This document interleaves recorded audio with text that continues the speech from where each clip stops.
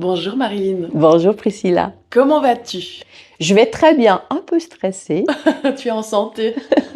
c'est l'essentiel. On s'était déjà vu au centre de la présence pour parler du centre et Oui, aujourd'hui on va un petit peu plus axer notre discussion sur la santé. Alors déjà, qu'est-ce que la santé pour le centre de la présence?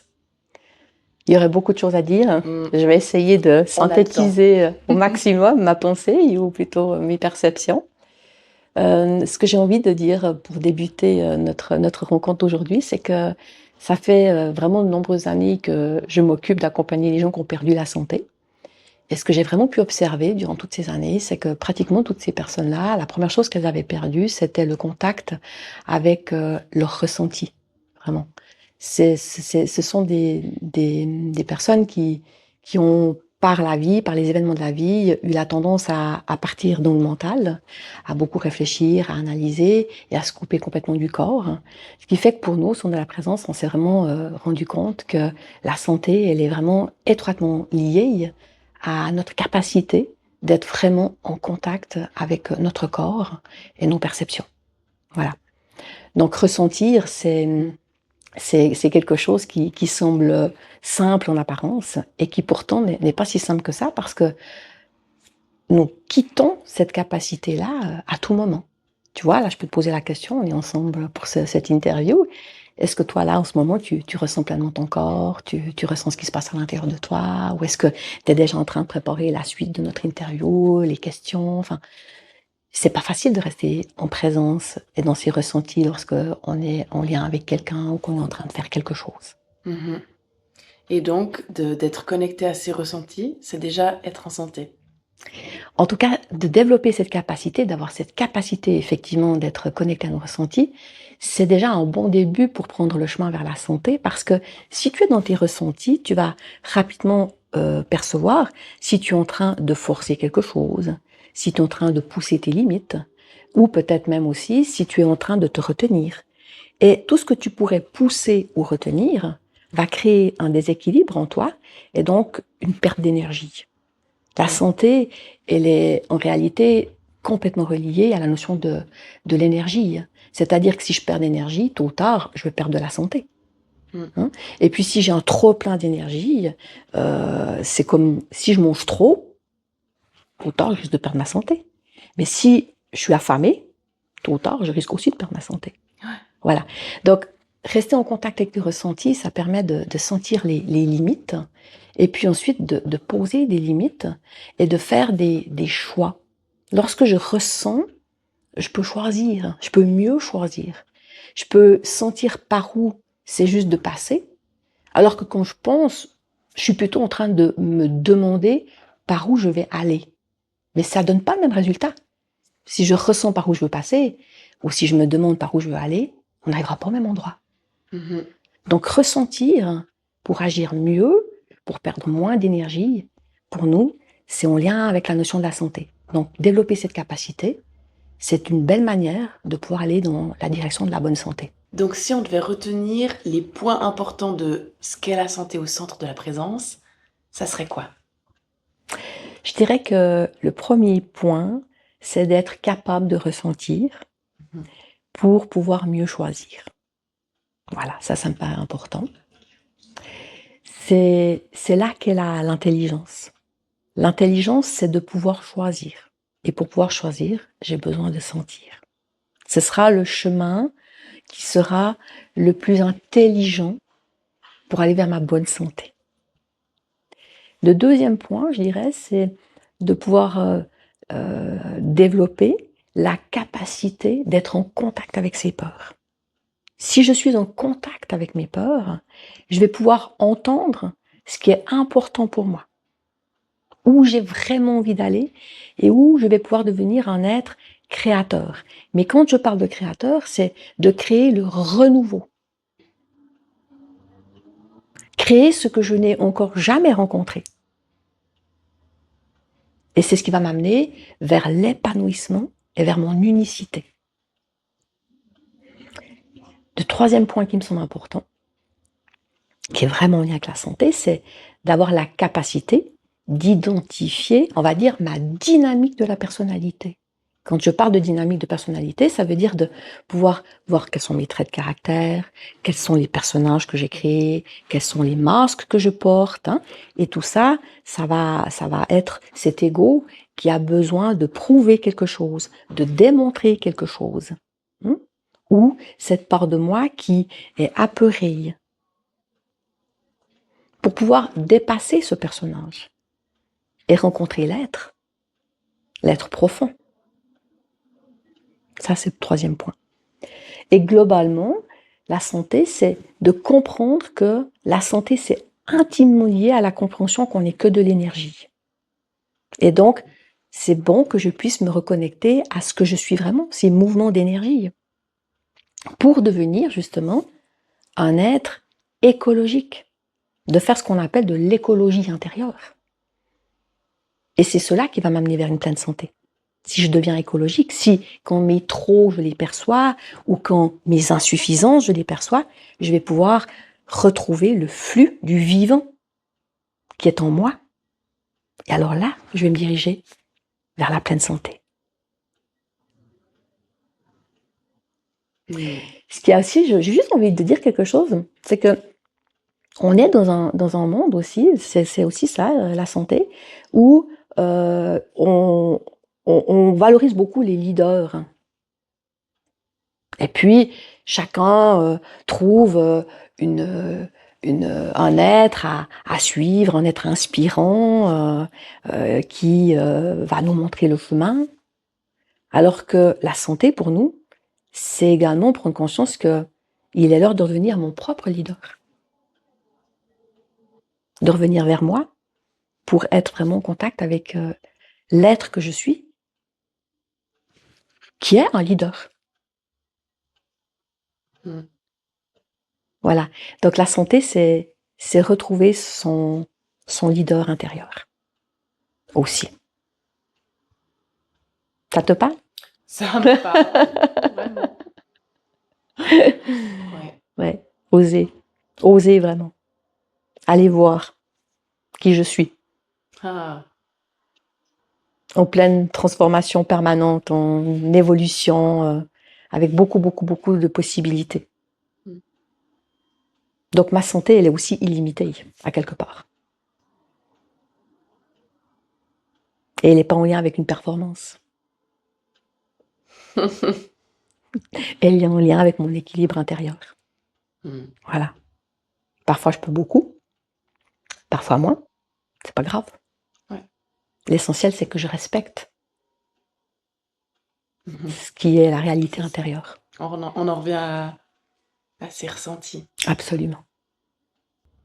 Et ça veut dire que si on se rend compte qu'on a été coupé de nos sensations, de nos ressentis, est-ce qu'on peut réapprendre à retrouver ces sensations, ces ressentis? En tout cas, c'est ce que nous faisons au centre de la présence, c'est de développer cette capacité ou de réapprendre. Lorsque nous sommes enfants, probablement que nombreux d'entre nous avons ressenti beaucoup de choses. Je ne dis pas que tous les enfants ressentent. Peut-être qu'on arrive enfant et qu'on est aussi coupé pour toutes sortes de raisons. Mais de base, j'observe que les enfants sont dans leur ressenti assez régulièrement et que petit à petit, par leur environnement, ils sont amenés à déplacer leur attention sur le mental. Et quand on est dans le ressenti, nous sentons que nous avons beaucoup plus de possibilités parce qu'il y a moins d'interdits, parce que je ressens. Alors j'y vais. Alors que quand on est dans le mental, il y a beaucoup d'interdits. Donc oui, il y a des possibilités d'apprendre ou de réapprendre. On n'ira pas tous au même rythme. Et puis voilà, c'est peut-être la mauvaise nouvelle, c'est que d'une certaine manière, nous sommes inégaux, mais d'une autre manière, nous sommes tous capables de progresser. Est-ce que les ressentis et les émotions, c'est la même chose? Alors, les émotions... Alors, donc, quand on va parler de ressenti, on a plusieurs choses que l'on peut essayer de ressentir. Effectivement, tout d'abord, ce sont des sensations physiques. D'essayer d'aller ressentir les manifestations physiques qui peuvent être du chaud, du froid, du mouvement à l'intérieur, des picotements, toutes sortes de manifestations qu'on va apprendre à découvrir. Il y en a de nombreuses. Après, il y a des manifestations très intenses, on va appeler des sensations. Il y a d'autres manifestations beaucoup plus subtiles qu'on va sentir petit à petit, qui sont des petits mouvements d'énergie, un petit peu comme des souffles comme ça. Hein. Et comme tout, lorsqu'on s'entraîne, il y a quelque chose en nous qui grandit. Quelque part, ça peut être un beau sport que de se dire que mon sport préféré, c'est de m'entraîner à ressentir. Donc, les émotions, ce sont des mouvements internes. Ça veut dire que quand on commence à s'intéresser aux émotions, on va se rendre compte qu'il y a des émotions qui vont plutôt nous amener vers l'extérieur, faire une espèce de mouvement extérieur. Donc, on peut la percevoir en termes de sensations. Il y a des émotions qui vont plutôt nous amener vers l'intérieur. Il y a d'autres émotions qui vont nous amener plutôt à sentir à l'intérieur qu'il y a comme un espace qui s'ouvre. Et il y a d'autres émotions qui font tout l'inverse, donnent l'impression qu'il y a quelque chose qui se ferme et qui se saccade. Donc, les émotions sont aussi des mouvements intérieurs qu'on apprend à comprendre et avec lesquels on apprend à aller pour justement entendre ce qu'elles viennent nous dire et puis les intégrer, les inclure et passer dans les actions qui sont les plus profitables pour nous et pour notre santé. Donc l'important, c'est d'écouter ces émotions et de les vivre. Moi, je pense à l'expression même pas peur. Oui. Et ben en fait, il faudrait pas couper cette peur.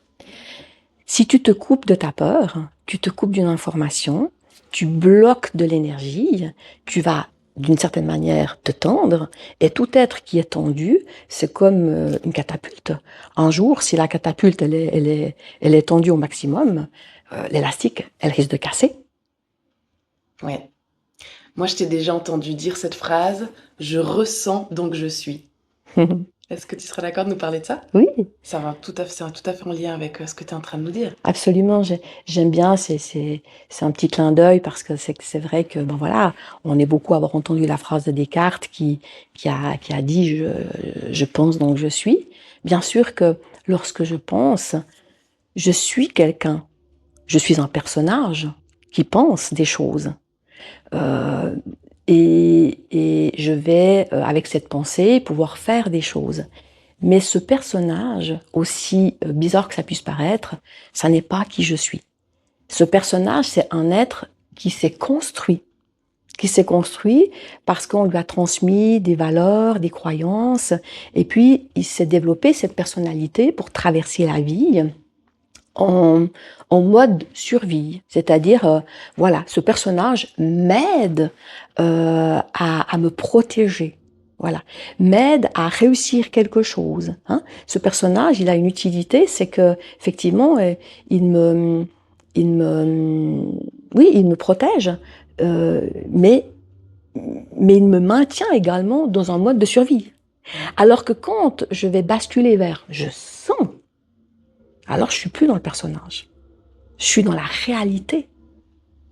Je sens et je suis vraiment un être vivant qui ressent quelque chose. Et parfois, ce que je ressens peut me faire peur. Parfois, ce que je ressens peut me mettre en colère ou m'attrister ou me mettre en joie. Lorsque je suis en contact avec mes émotions, alors je deviens réellement vivant. Je ne suis pas juste un programme qui se déroule. Je suis un être vivant qui ressent quelque chose et qui peut en faire quelque chose d'utile. Donc, c'est important de conscientiser que si je veux rester en santé ou me diriger vers une bonne santé, aller rencontrer mes émotions, ça va être une nécessité. Oui. Et apprendre à en faire quelque chose qui est sans perte d'énergie. Ouais, j'allais venir là-dessus. J'imagine que d'être dans un personnage, ça prend de l'énergie. Oui. Et toi, tu parles souvent de cette notion d'écologie intérieure. Oui. Être dans le personnage, parfois on a des personnages qui sont plutôt dans une tendance très orale, comme ça, avec beaucoup d'intensité, et puis qui semblent être en pleine santé, et en même temps, ils sont dans une grande perte d'énergie. Donc, ça veut dire que ce personnage, s'il est dans une grande perte d'énergie, il va bien falloir qu'il la prenne à quelque part, cette énergie. Donc, c'est intéressant parce que il la prend probablement à côté de lui, auprès d'un être qui lui perd son énergie. Donc, il y a toutes sortes de transferts d'énergie qui se font dont on n'a même pas conscience. Donc certains vont perdre leur énergie et tôt ou tard vont perdre leur santé. D'autres vont prendre beaucoup d'énergie, vont manifester beaucoup d'énergie. Et puis pour rester en santé, sans se rendre compte, ils vont prendre l'énergie d'autres personnes. Il y a tous ces manifestations de mouvements d'énergie qui sont intéressants à observer. Et ce qui est important à nos yeux, c'est que chacun aujourd'hui puisse reprendre la responsabilité de trouver son énergie d'une autre manière pour devenir autonome. Donc la santé, c'est beaucoup de choses. C'est déjà reprendre la responsabilité de sentir et de ressentir pour pouvoir aller vers la pleine santé. C'est aussi conscientiser que comment est-ce que je vais pouvoir devenir autonome au niveau de ma santé. Comment est-ce que je vais m'organiser pour ne plus donner mon énergie aux autres ou pour prendre l'énergie des autres. Donc c'est beaucoup de choses à apprendre qui sont passionnantes, mais la santé, c'est pas toujours ce que l'on croit. C'est vraiment quelque chose qui est très intérieur, très profond. Et est-ce qu'il y a des outils qui existent aussi pour nous aider sur ce chemin, pour se connecter un peu plus à ces ressentis? Alors, il y a beaucoup de manières de retourner vers le corps, vers les perceptions, bien sûr. On peut utiliser toutes sortes de sens. Au sein de la présence, on a choisi d'utiliser l'olfactif. Donc, on utilise beaucoup de supports olfactifs parce que on sait aujourd'hui que l'olfaction, la neuroscience l'explique bien aujourd'hui, nous ramène vers notre cerveau limbique. Notre cerveau limbique, c'est justement notre cerveau émotionnel. Donc, c'est vraiment intéressant de pouvoir utiliser un support qui va nous ramener au-delà du mental. Parce que nous, c'est vraiment de pouvoir reconnecter à quelque chose qui est grand et qui est souvent très inconscient. Et petit à petit, on va faire de la conscience. Donc, nous utilisons ces supports qui ont des mélanges d'odeurs pour que nous ne soyons pas centrés sur mais il y a quoi à l'intérieur. C'est pas très important de savoir de quoi ils sont faits et quel est le mélange, mais ce qui est intéressant, c'est d'observer qu'est-ce que cette odeur, elle me procure et quel mouvement se passe à l'intérieur de moi. Voilà. Et ça, c'est une reconnexion au corps qui me ramène dans la vie, dans la possibilité de reprendre la responsabilité et la bonne trajectoire pour aller vers une pleine santé. Moi, je pense à tous les gens qui sont en train aussi de nous écouter maintenant et puis qui se posent des questions. Déjà, comment est-ce qu'on peut savoir si on est connecté ou pas à ces ressentis? Est-ce qu'on doit attendre d'être au fond du bac pour venir au centre de la présence ou est-ce qu'on peut faire quelque chose avant? Qu'est-ce que tu aimerais leur dire? J'aimerais sûrement surtout dire aux gens qu'il est important de conscientiser que nous n'avons pas besoin de perdre notre santé pour la reconquérir. Oui. C'est vraiment l'idée aujourd'hui du centre de la présence, c'est un acte de prévention pour pouvoir aujourd'hui se mettre en route, comme on débuterait un sport, vers cette possibilité de devenir un spécialiste de ses ressentis et de ses perceptions. Et de pouvoir avoir du plaisir, de retrouver en fait le plaisir d'être en contact avec soi. On est dans une société qui recherche beaucoup le contact avec le matériel ou avec d'autres, avec des divertissements. Et tout ça mène chaque individu dans le mental. Soit on est coupé de nos ressentis parce qu'on est tellement affairé dans des activités, ou alors on est perdu dans l'autre et on ne ressent plus rien, ou alors on est dans le divertissement et alors on nourrit inconsciemment notre mental, ou alors on est dans des livres ou dans des apprentissages en tout genre et on remplit notre tête, sans s'en rendre compte que durant tous ces moments, il n'y a qu'une partie de notre corps en fait qui est en mouvement. Toute l'énergie est là. Et pourtant on a reçu un corps avec des magnifiques possibilités. Et aujourd'hui, il nous semblerait bon de pouvoir retrouver toutes ces capacités et qu'il y ait une redistribution en fait de toute cette énergie dans tout ce corps. Donc n'attendons pas de perdre notre santé, ça coûtera cher et ça fera beaucoup de douleur aux individus et à celles et ceux qui les entourent, à la société également. Donc la santé, c'est vraiment ce qu'on a de plus précieux. On a oublié cela. Donc il en va de la responsabilité de chacun de s'occuper de sa santé. Vraiment. Et ici, au centre de la présence, on accueille les personnes de tout âge, de tous les horizons. Comment est-ce que les gens ils font pour entrer en contact avec vous, pour savoir ce qui se passe ici, pour avoir des infos? Alors, le site, je pense, que nous avons fait est suffisamment, j'imagine, explicite pour essayer de comprendre les différentes possibilités d'entrer en contact avec sa santé. Il y a des tas de choses qui sont faites au niveau vraiment des perceptions, du ressenti, pour aller apprendre ou réapprendre avec des membres de notre équipe. Il y a des portes d'entrée avec vraiment la possibilité d'aller découvrir ses émotions, d'aller vivre des émotions, aussi d'apprendre à apprivoiser justement cette réalité intérieure qui nous fait souvent peur. On a peur d'aller visiter la colère, on a peur d'aller visiter la tristesse. Souvent, on attend d'être mal pour aller rencontrer un thérapeute ou un psychothérapeute, alors qu'en fait, c'est quelque chose de naturel, les émotions, vraiment. Et puis, si on a des enfants, plus on sera à l'aise avec nos propres émotions, plus on pourra aussi accompagner nos enfants dans la rencontre avec leurs émotions. Donc, c'est aussi une autre porte d'entrée qu'on peut découvrir sur notre site internet. Et puis, il y a un autre pan qui est assez intéressant, qui est aussi la santé pour nous. C'est aussi de pouvoir découvrir justement le personnage que nous avons créé, que nous avons construit. Pour nous, il n'y a pas vraiment de possibilité d'être en pleine santé si on ne peut pas détecter et identifier ce rôle que nous jouons souvent à notre insu.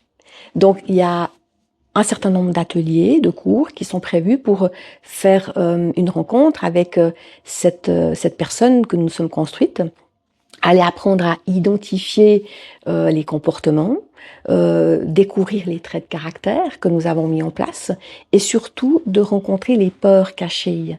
Parce que rencontrer sa peur, c'est aussi une bonne manière de prendre le chemin de la santé. Si je peux être en contact avec ce qui me fait le plus peur, alors je vais pouvoir trouver la route que j'ai besoin de prendre. Si je ne connais pas mes peurs, je vais fuir mon chemin. Et si je fuis mon chemin, dans cette fuite, dans cette tension, je perds de l'énergie. C'est beaucoup plus intéressant d'aller rencontrer la peur, de pouvoir être dans la réalité, et puis de la traverser, cette peur, pour ensuite pouvoir réaliser ce qui est important pour moi. Contrairement à ce qu'on croit, la peur ne vient pas nous dire que quelque chose est interdit. La peur, elle vient nous dire que quelque chose est important.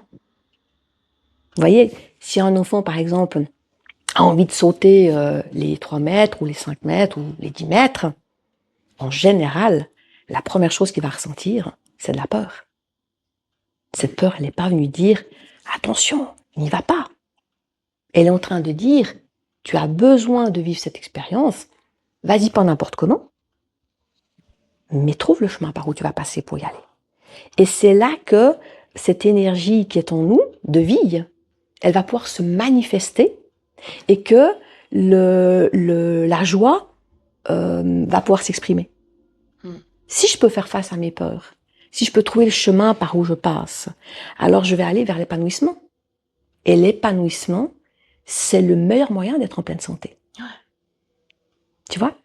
Donc, on a appris à écouter nos peurs et à nous empêcher, nous-mêmes, de faire un certain nombre d'expériences.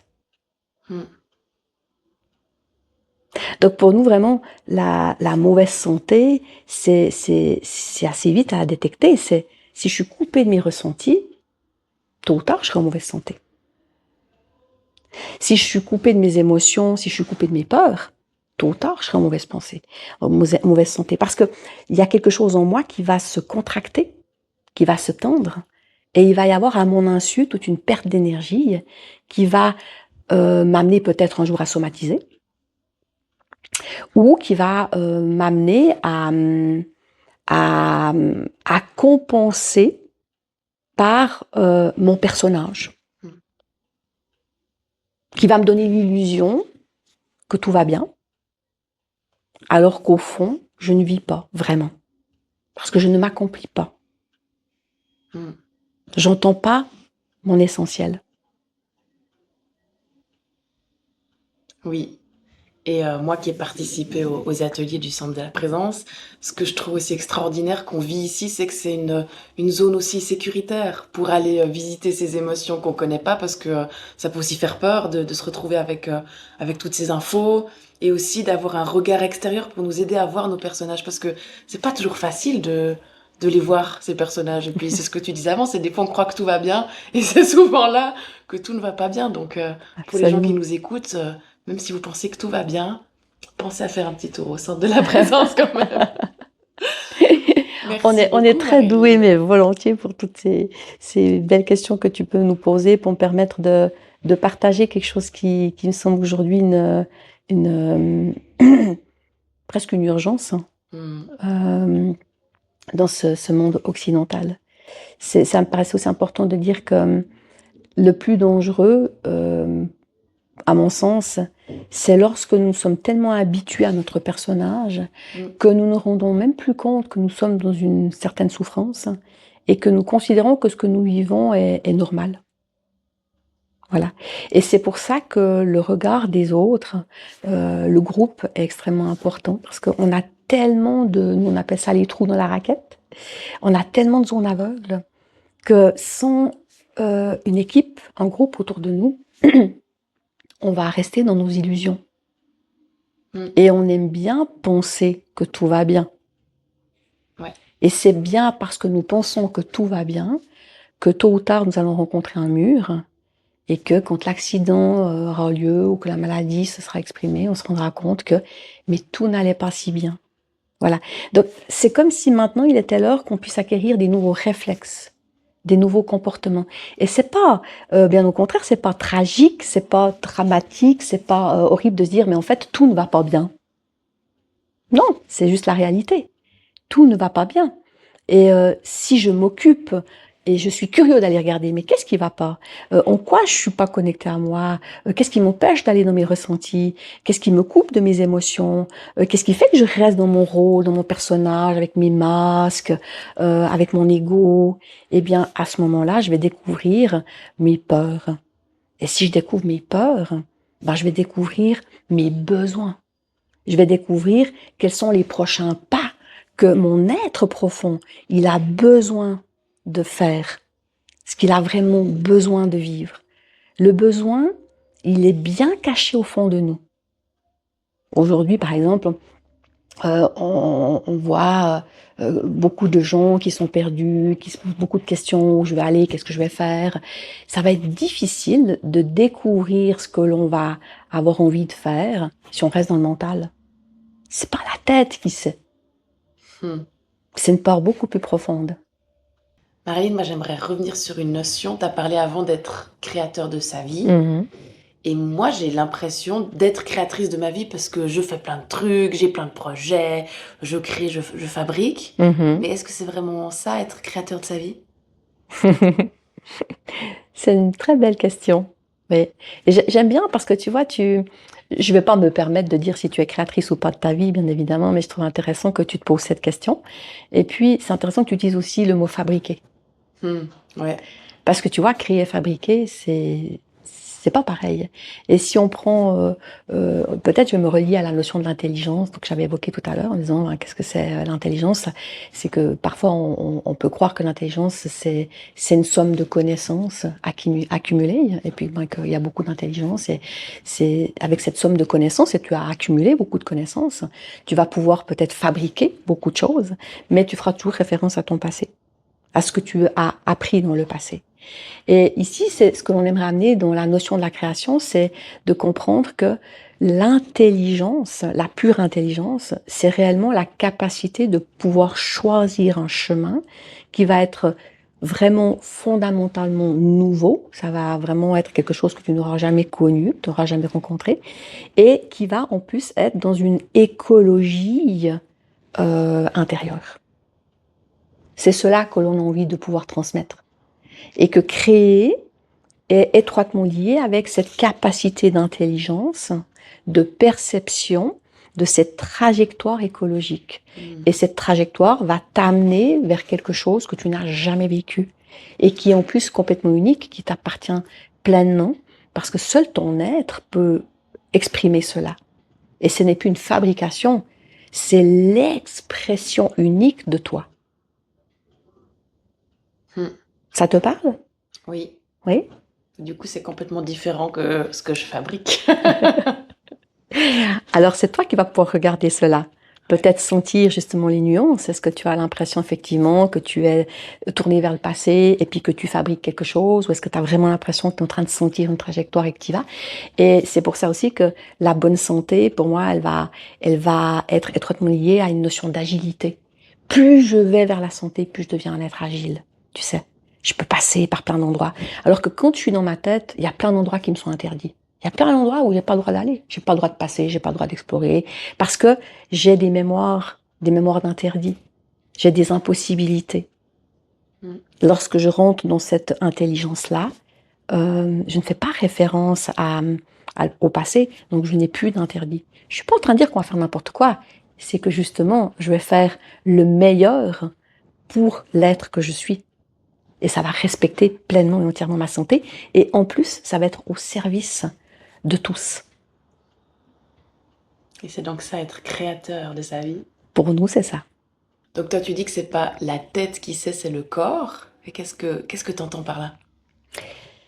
J'entends par là que la tête, elle est remplie de programmes et que si je demande à ma tête où est mon chemin, qu'est-ce qui est juste, je vais prendre référence dans le passé, dans ce que je connais déjà. Je peux pas avec ma tête aller vers le renouveau. La tête, elle fera tout référence au passé.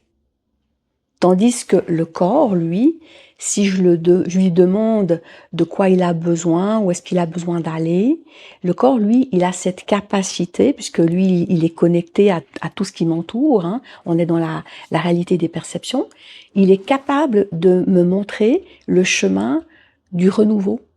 Donc le corps, lui, il va m'amener vers mon unicité. Mais ma tête, elle est ni positive ni négative, c'est simplement qu'il est bon de le comprendre, elle va m'amener vers mes références du passé. Ce qui signifie que je ne vais pas être créateur de ma vie si je reste dans ma tête, si je suis dans mes pensées. Pour devenir un créateur de ma vie, j'ai besoin d'aller dans le corps chercher l'information. Et on n'a pas appris ça. Non. Donc, des lieux comme le centre de la présence sont vraiment les lieux où on va en toute sécurité, en étant entouré avec des professionnels qui font ça depuis de nombreuses années. On va apprendre à aller écouter ce corps, qu'est-ce qu'il me dit, qu'est-ce qu'il me propose.